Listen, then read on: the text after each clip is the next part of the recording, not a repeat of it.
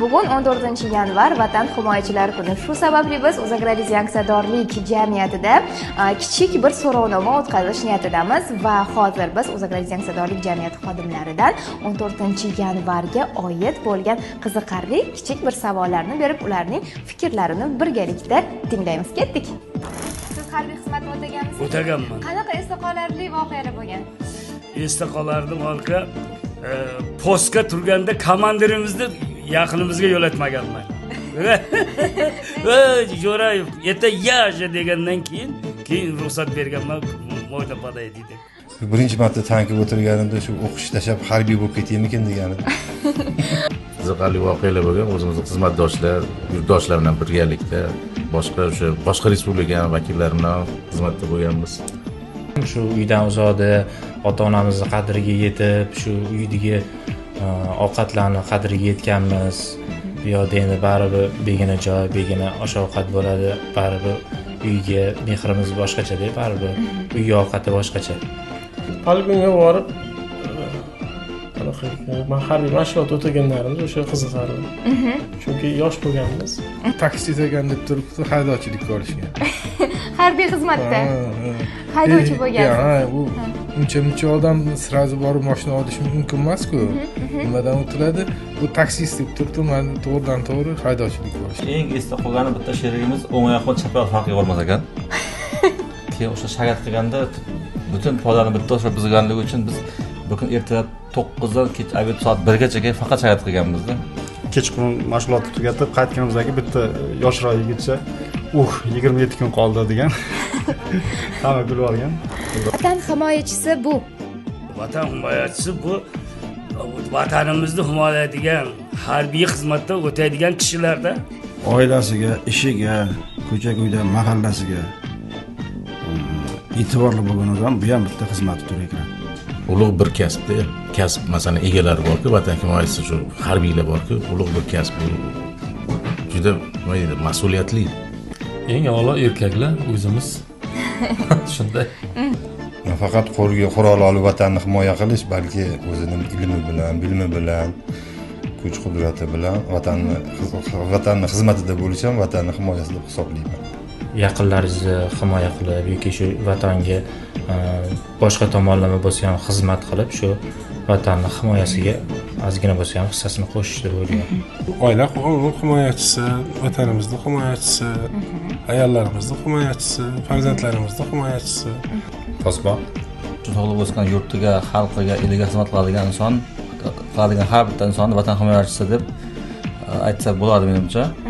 Har bitta erkak o'zining oilasi uchun uni mas'uliyatini bo'yniga olishi, xavfsizligini masalan kasal bo'lib qolsa yelib yugurib boshqa bo'lishi ham farzandlaringiz ham ertaga vatan uchun xizmat qilish uchun siz qayg'ursangiz, demak siz ham vatan himoyachisi bo'lishingiz mumkin. Во-первых, человек должен понимать, что такое родина для него. Это его, получается, семья, место, где он родился, страна, в которой воспитала, дала все. И за это он должен быть готов служить ей и дать ей то, что она попросит взамен. Вот я так считаю. Har bitta ayollar ham, har bitta oila a'zolari bu vatan himoyachilari desak ham bo'ladi. Erkak kishi bilan yonma-yon turib, vatan himoyasida xizmat qilayotgan ayollar ham bor. Ularni ham inobat qilsa bo'ladi. Vatan himoyachisi. Bu biz deydi. Har bir erkakda bo'lishi kerak bo'lgan bitta sifat. harbiy xizmatga loyiq bo'lish kerak, harbiy xizmatni o'tash kerak. Mardlik, to'g'rilik. Avvalambor endi hammaga ham taalluqli, adolatli, yolg'on so'z bo'lish kerak emas. Keyin nima deydi, mustahkam oyoqda turadigan erkak bo'lish kerak edi. Erkak kishi avvalo g'ururli bo'lish kerak, vataniga nisbatan vatanparvarlik hissi bo'lish kerak deyishdi.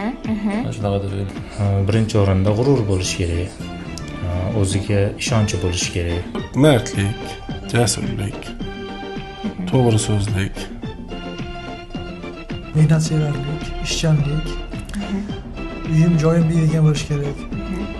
Oilaparvar, vatanparvar bo'lish kerak. Qat'iyatlilik, vatanga bo'lgan sodiqlik, to'g'ri so'zlik, va'dasida turishlik, vatanga, xalqqa muhabbat, keyin nima deydi, sobit qadamlik, o'zini oilasiga g'amxo'r bo'lishi, farzand tarbiyasida va ularning ehtiyojini qondirishda asosiy nima deb shuni deb o'ylayman. Именно, как бы сказать, во-первых, смелость, верность своим словам, своей семье, также стране и благородство. Vatanga xizmat qayerdan boshlanadi? Vatanda xizmat asosan uydan boshlanadi. Undan keyin ishlaydigan joyingdan davom etadi. Harbiy xizmat qilgan joydan tugaydi-da. Uydan, oiladan. Ishdan. Ko'cha-ko'yda ham be'e'tiborsiz yurish mumkin emas hozirgi zamonda ayniqsa.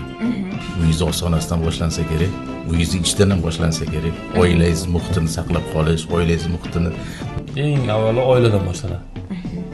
Farzandlarni shu vatanparvarlik ruhida tarbiyalash. Vatan asosan oiladan boshlanadi. Oilaga xizmat qilish kerak. Vatanning himoyasiga har doim tayyor turish kerak. Oiladan? Oiladan boshlanadi vatanga xizmat qilish. Vatan himoyasi ostonadan, oiladan boshlanadi. O'zi oiladan boshlanadi. Masalan, siz erkak bo'ladigan bo'lsangiz, o'zingizni ota-onangiz bor, farzandingiz bor, ayolingiz bor. O'shalarni muammosini yechish yo'lida jamiyat birlashgan kasb uyushmasi nomidan qolaversa, jamiyatimizdagi barcha ayollarimiz, ishlovchi ayollarimiz nomidan sizlarni chin qalbimizdan samimiy tabriklaymiz. Sizlarga uzoq umr, sihat, salomatlik, oilaviy xotirjamlik, ishlaringizga omadlar tilaymiz. Siz bizlari oilamizni himoyachilari, posbonlari. Vatan himoyachi kuni bilan tabriklayman. Sog' bo'linglar, salomat bo'linglar. Oilalariga dalda bo'linglar. Biz sizlarni juda ham hurmat qilamiz. Уважаемые наши мужчины, хотим поздравить вас с Днем Защитника Отечества.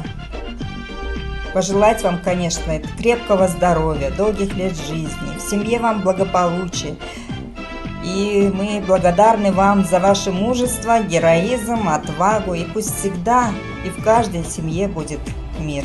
Hurmatli erkaklar, hammalarni bayraminglar bilan tabriklaymiz. Har doim shunaqa mard, sog', salomat bo'lib yuringlar har doim. Bayraminglar bilan tabriklayman. Поздравляем вас с праздником Защитника Отечества. Желаем вам крепкого здоровья, долгих лет жизни, любить Родину и быть патриотами своей страны. Поздравляем! Еще раз. Vatan himoyasi ostonadan boshlanadi. Shu sababli ham oiladagi o'rningiz hech qachon yo'qolmasin. Vatan himoyasi, oila himoyasi hamda qishloq xo'jaligiga qo'shayotgan zalvorli mehnatlaringiz uchun sizlarga katta rahmat. Bayramingiz yana bir bor muborak bo'lsin.